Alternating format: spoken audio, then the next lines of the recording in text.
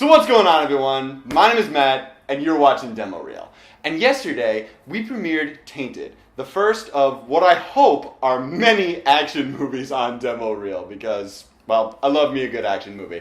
And today, I am here with Cedric and Isaac Richardson, the creators of that film. Guys, how you doing today? Doing good. Good, man. Cool. I've been all right. Thank you so much for taking the time to chat with me. It's an honor. And guys, if you haven't seen the film yet, leave now and go watch it, because we're really going to get into it. And I think you guys are really going to like it. So, if you're still here, let's go. So guys, I guess to start with the most cliched question in filmmaking, what was the inspiration for this film? With me, Quentin Tarantino movies. There's a director, Gareth Evans. He did The Raid. Yep. And Raid 2. So Gotcha. I wanted to make a film that was like, didn't cost that much, but I always wanted to be a fight choreographer for movies. Got it. So I'm like, you know what? Instead of me trying to, become a stuntman, let me just see what I can do by myself. And Got it. Luckily, me and Isaac, I met Isaac at the comic book store that we go to over in Hillside. And yeah, he told me he was an editor or cinematographer. I'm like, oh my God, I can get out everything. It's like, jack of all trades. So Perfect. I wanted to make a good action film, under like 5 minutes. It's a little over 6 minutes, but I'm like, I was impressed by what he did from my ideas, So Definitely. And it was really cool editing and cinematography. Like, what was that shot on? It was shot on the GH4. Got it. With I have a 24 millimeter lens, and I have a Helios adapted to look like anamorphic. Got it. And then I do have I think it's Russian a Russian anamorphic adapter. Right. That they would use for the projections, and I put that on 85 millimeter for certain. I think I use it for maybe 1 or 2 shots. Cool. But mostly I use the Helios and the 24 millimeter Rokinon. Very cool. Very cool. Nice. Now, for the story of this film, it was kind of ambiguous. There was a lot of things unanswered, and I won't ask you to reveal anything. But when writing this film, was there more of a story? Like, did you come up with like the motivations? Yeah, there was an entire backstory, because another thing, like Quentin Tarantino was one of the influences of this, of me wanting to be a filmmaker. He said you should know everything about all your characters, whether it gets shown in the movie or not.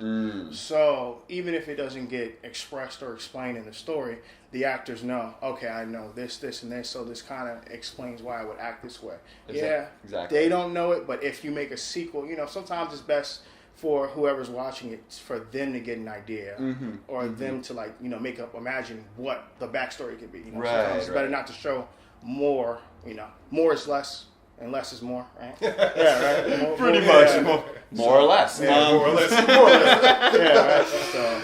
Oh man, and I liked the visual look of it, and what was the thinking behind making it in like black and white? What? Christopher Nolan. Christopher Nolan's one of his first short films he made. It was a black and white film. I think it was like about 10 to 15 minutes long. Got it. And he said, for upcoming filmmakers, if you want to make a film, make it in black and white first, because you could I'm not saying that he was going to make any mistakes, or if I was going to make any mistakes, but a lot of black and white, you could like hide a lot of. I'm glad he knew that this is because I had forgot it was going to be black and white. I said, oh man, there's going to be a lot of correction and grading with this, and then it's like, yeah, that's right, it's black and white. It's, oh, okay, that's better. Yeah, I hear you. Since then, I've gotten a little better with that, but got it. The fact that it was in black and white was awesome. So very cool. And so you kind of led into this when you said, oh, you want to be a fight choreographer. Yeah. Can you walk us through the process of deciding the fight choreography? Like, oh, we're going to have this person do this thing, and like, okay, and then we're going to have a cut here, we're coming from this angle. Maybe that's a very big question, but can you kind of give us an idea of what that process was like? Okay, so with the backstory of the characters, my character who's trying to get, revenge for, I don't want to if you guys didn't see They got the movie yet. spoiler warning. Oh, You yeah, can yeah, go yeah. ahead. But with my character, I'm trying to get revenge because my wife is in the hospital. Mm-hmm. Yeah. And with my character, my size and my build, I'm not like I don't know if you know like different types of styles of martial arts, but I'm not going to be like A little bit. Like I have a martial arts background. You know, people. Okay, so like people who are smaller, they're going to do like more acrobatic techniques, like Taekwondo or Wushu. Exactly. Yep. Me, someone my size, I'm 5'9", 225, 230.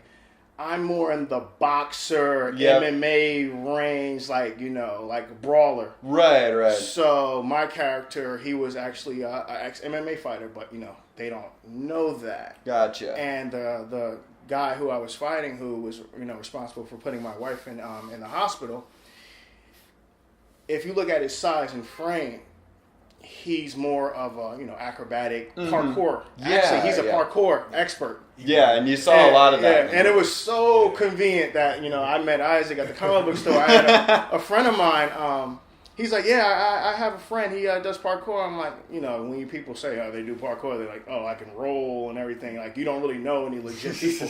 But he actually has a YouTube channel where, I don't know if you saw this video, he was playing there was this kid playing dodgeball, and when someone threw the ball, he did like a corkscrew in the air. Right. The ball missed him, and then he actually threw the ball back and like hit. So I'm like, you don't know that person. So the guy actually came there, and I'm like, hey, you want to do a short film? He's like, yeah, because I do Nike commercials and everything. I'm like, you do?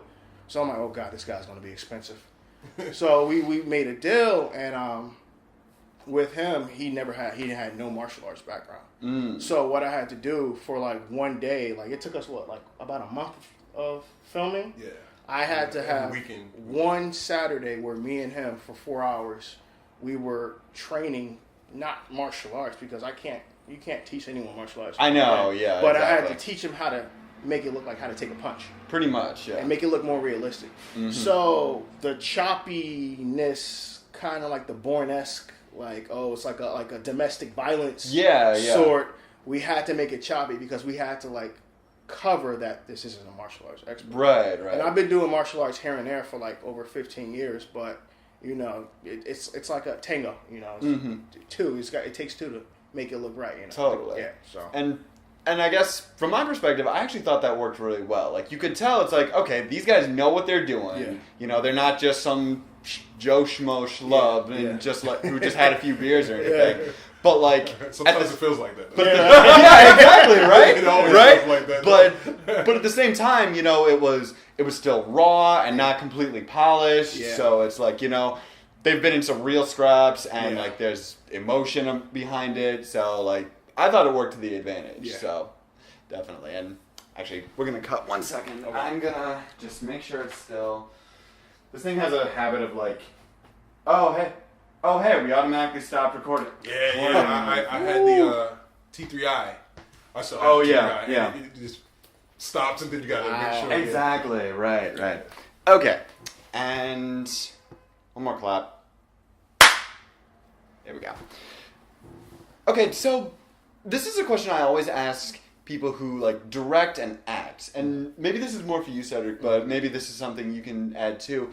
You know, what was it like kind of acting and directing in the same film? Like, how did those two processes either maybe conflict or come together? You know, did it make it easier, harder? Well, easier because if I'm the director and the actor, I know what I want this character to be like. So you don't have to tell an actor, well, have this mindset, I want this person to feel this way, or I want it to look like this. So it makes it a little bit easier. But, you know, other than that, like, I told Isaac what I wanted, and he knew. Like, we have so many, like, connecting likes that we could be on the same wavelength, and whether I say it or not, he can, like, okay, I have an idea. And you have to be open because this is a collaboration. Absolutely. You have to be open. You can't be just, you know, oh, no, I want it this way, and this way. You have to let it evolve. And sometimes when you let it evolve, sometimes it comes out better than you ever imagined. True. And that's like, you know, that's how it did it. It came out a lot better. Like, this is my first film. I'm like, it came out a lot better. Gotcha. And yeah, because when he's on camera, and he's concentrating on the acting and dealing with the other actors, then I can say, okay, yeah, because I know he wanted it certain ways. Like, oh, okay, do this and try this and make sure we do this, or just I'm kind of reinforcing the ideas that he laid out. So he made sure, like even in the planning stages with the certain films that he picked, because he had like a lookbook of shots. Totally. This film and how he did this and that and that. So we kind of had an idea of what it should be. So very cool. All right, and we're just gonna take a few minute break, just because again this thing can like cut out, so I don't want it to like. So guys, what were some of the biggest challenges in making this film, and how did you kind of circumvent them? I'll let you go first. Let's see. Probably the time became an issue because people have lives and you're not using. We didn't have actors. We're using friends, and so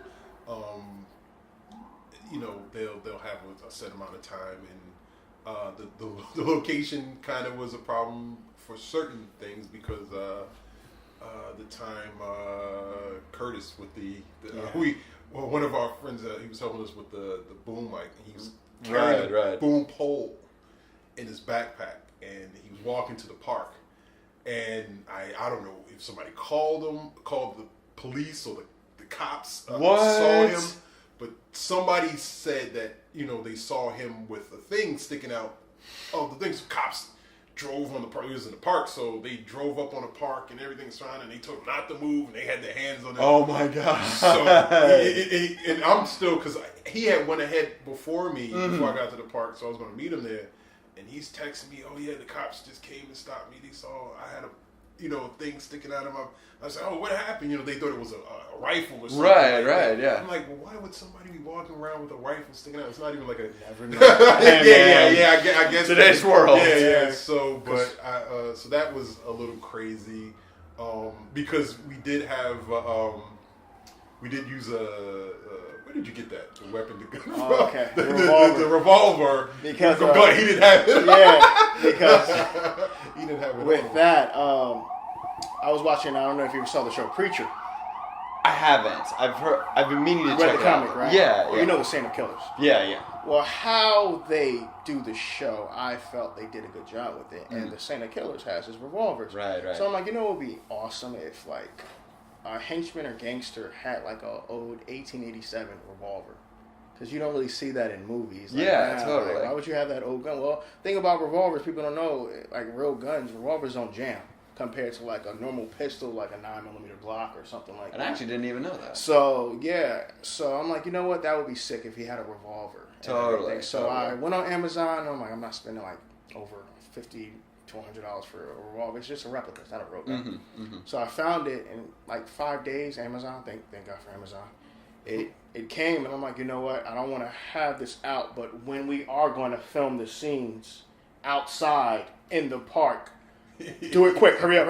Yeah. All right, put it back in the bag. We would keep it in the bag, and then we use it for that. And because the park, like, well, you can see it in the film, but when he runs, his character, he runs, and there's traffic. There's a street right there. Yeah. He runs over the bridge, and so we try to use the gun further down in the, so you can see. But I was always worried that somebody would see something to stop, because you could tell when we were doing a lot of the fight scenes, and you would see people kind of looking, trying to figure out what was going on, the camera and everything. So, that was kind of nerve wracking. Oh God, I can only imagine.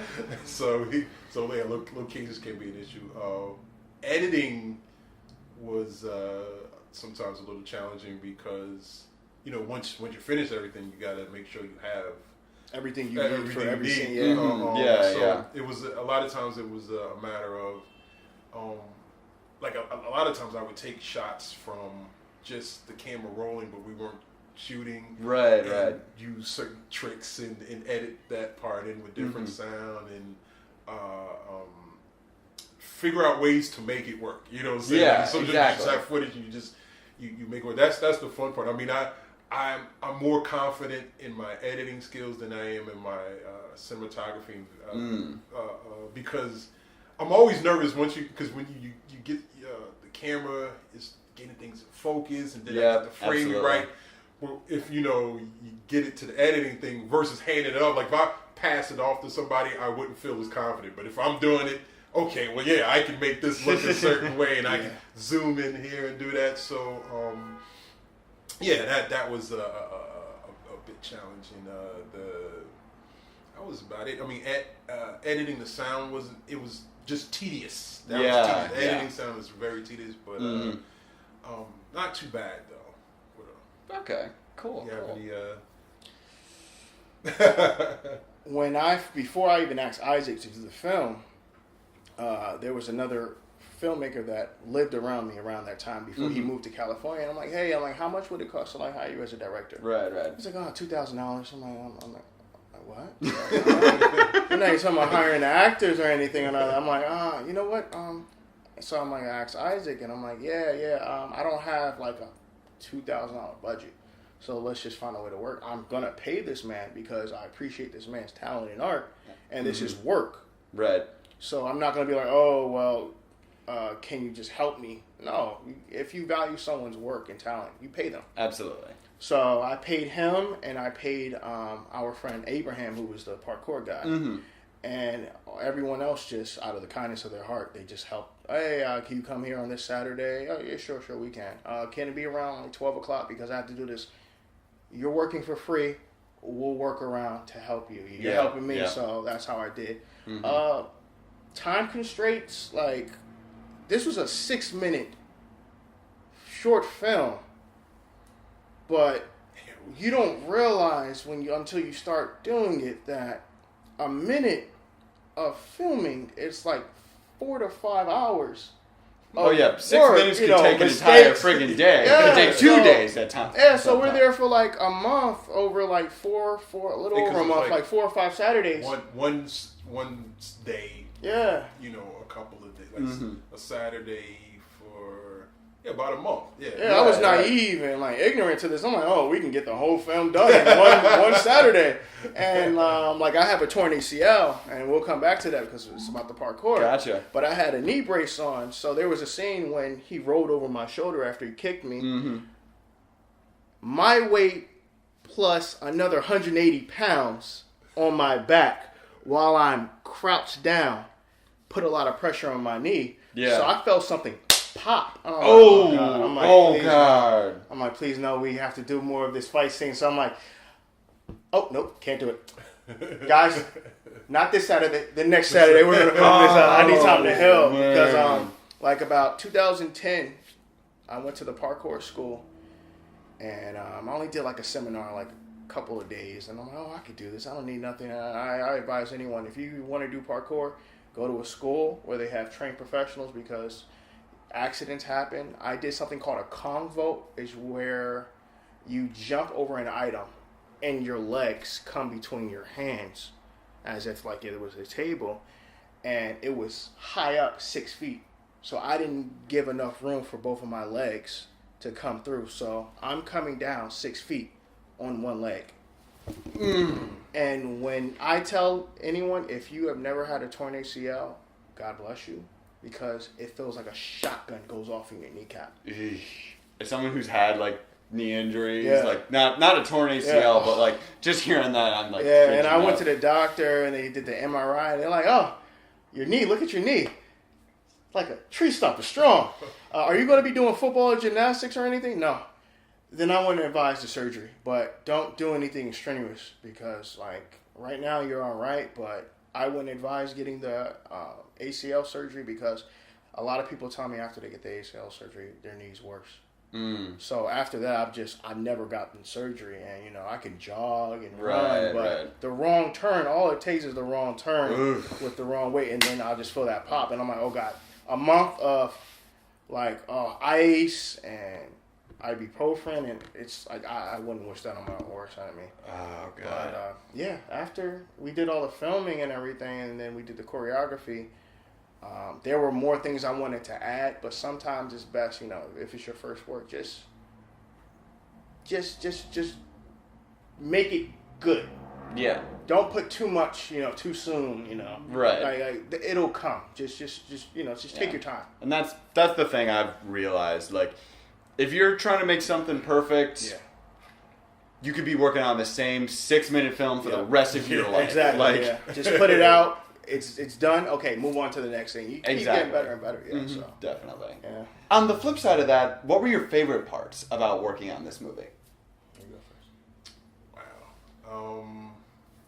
I think just working on a movie, like I mean, because when he came to me, and because when we first met, I met his friend Josh first. Well, I guess we're all friends now, but right. And when I met him, he was like, "Yeah, I got a friend, and we did because they both written comics." Yeah. And he said, "Yeah, we want to do some film stuff." I said, "Really?" I said, "Because me and my friends same thing. We wanted to do comics and wanted to do film."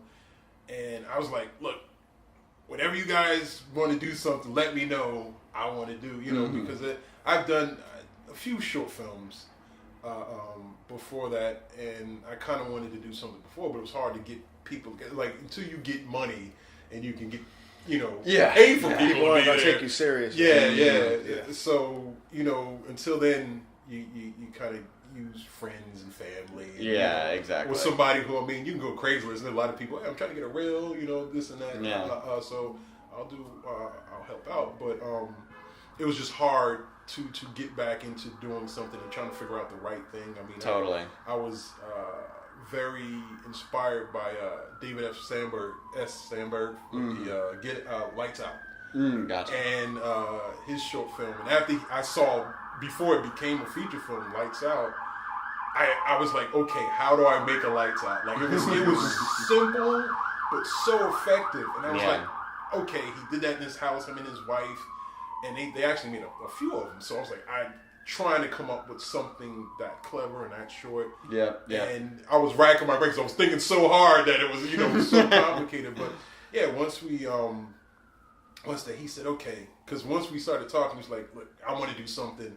And then maybe a couple of weeks, he came back and was like, all right, this is what I got. I got this thing, and let's do that. I said, okay, let's do it. Because I just wanted to get behind the camera and shoot some stuff and see, because my first short films the first one I shot with just a handy cam. Yep. And then the next one I finally got the T3i, but I didn't really actually no, we did shoot one. It was supposed to be, it was a Butterfinger contest.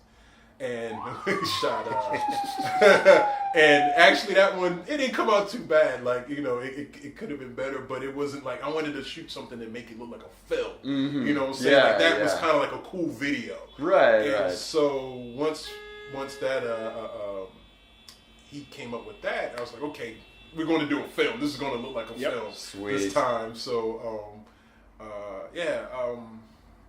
but I think just kind of just getting down to it and trying to figure it out, and that I get excited, and just by doing that, even the editing, because I come from I started off as an artist, and I do some music production, so I'm used to, and even writing, sitting by myself doing stuff. So even in the editing process, I'm giddy, okay, I did 2 seconds of the film, and it's oh, look, it connects and makes a story.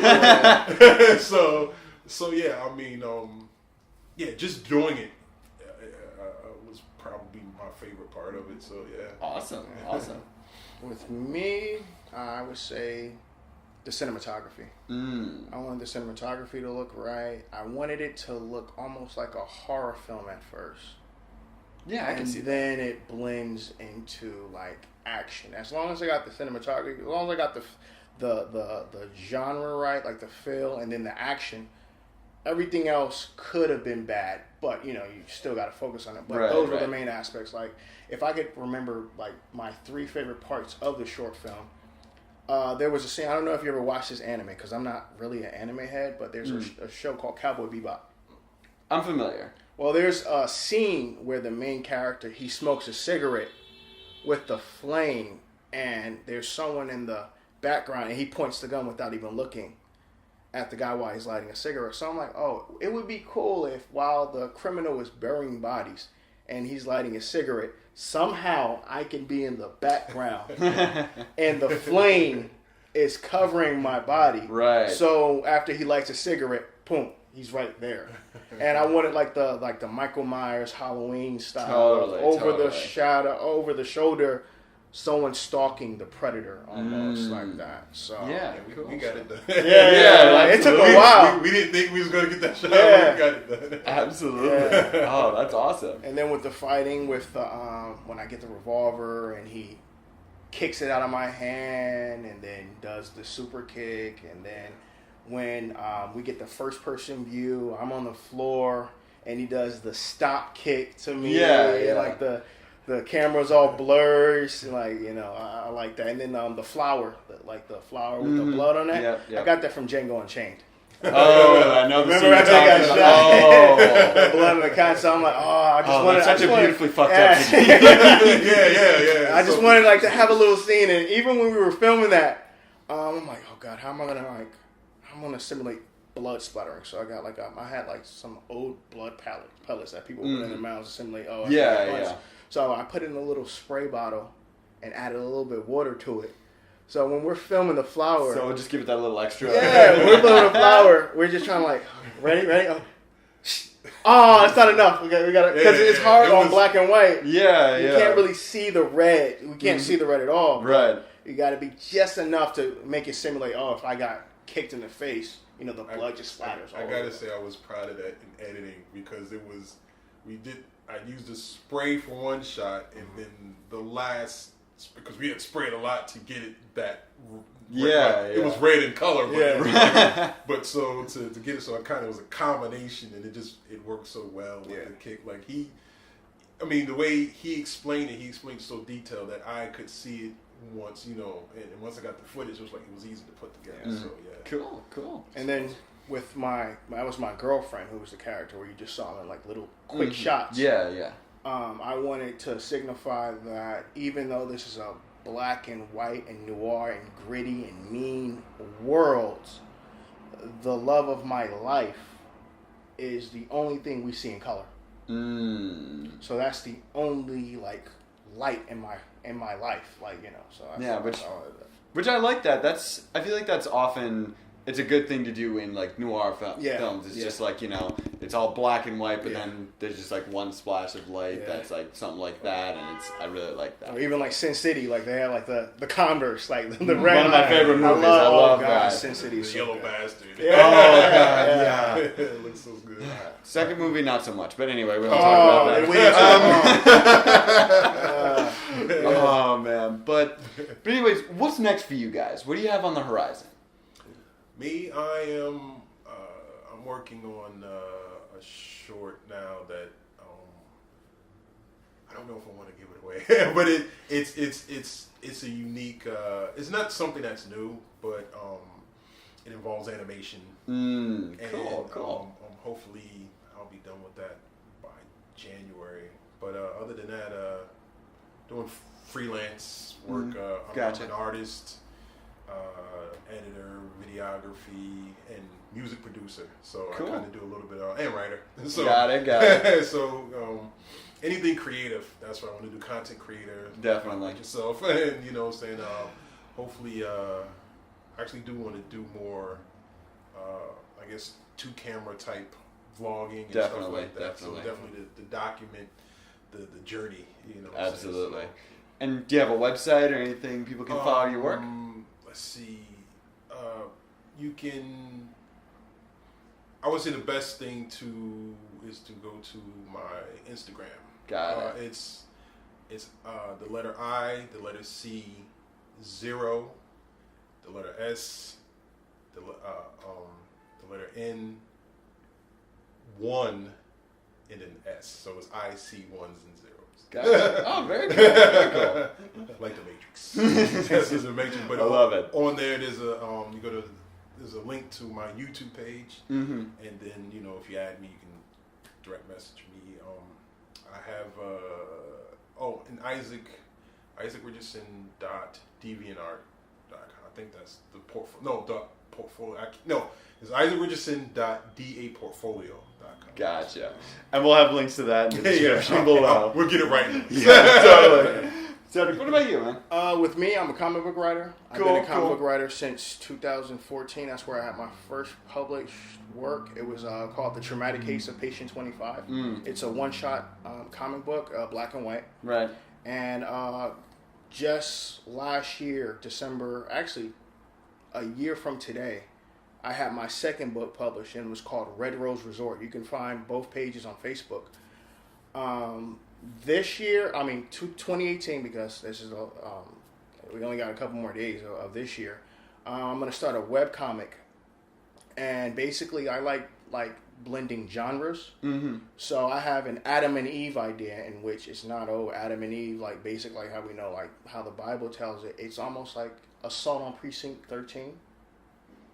Adam and Eve, Assault on Precinct 13. So if you think about it, there's Adam and Eve is in the Garden of Eden. Right. And an unwelcome guest comes to the Garden of Eden. Gotcha.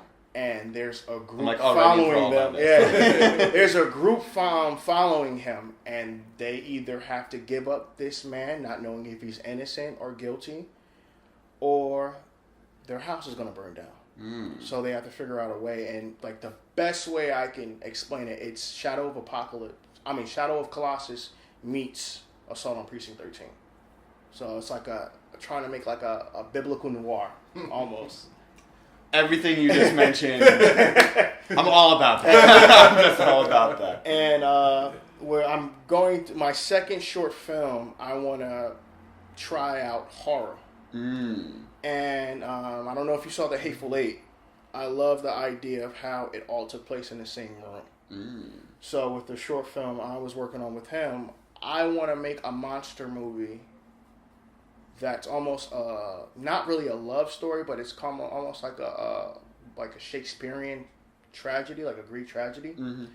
And it's going to be about 4 or 5 minutes, but the horror is going to be there. And again, like when we made the backstory, we're like, the backstory by itself could be a whole movie. Yeah. But it has to do with bittersweet love and how you love someone, but it's never in a relationship. It's never 50-50. It's always like 60-40 or 80-20. Good or for bad, and how sometimes, even though you love someone, it might be just bad for you. It might just be toxic. How some people don't realize like a toxic relationship is toxic before it's too late. Yeah, exactly. So we're gonna try to do that. I want to get that out August. Hopefully, get it started August so we can get it done for October, because there's like a film festival we have over in New Jersey. Right. I want to try to get it ready for that film festival. Cool. So, yeah. And if people wanted to follow your work, where would they go? I'm not really into like Instagram. I'm an old man. I'm 29. I'm 29. I'm an old man in a young man's body. I'm like, oh God, all this technology. Like that. So I have a Facebook. My name is Cedric William Hood. So CEDRIC William and then Hood HOD. If someone wants to contact me directly, they can go on my email, which is Stronger STRONGERC Hood HOOD @yahoo.com. And if they want to talk to me about that. Cool. Yeah. Well, guys, thank you so much for taking the time to chat with me. Thank you so much. Thank you for having us. Absolutely. And you all, thank you for tuning in. I hope you liked the discussion. Learned a lot about a really cool movie we just featured. And if you want to follow their work, I'll put links to all their stuff in the description below. These guys are definitely going places. You're going to want to keep an eye on them. So, until next time, guys, you're watching Demo Reel.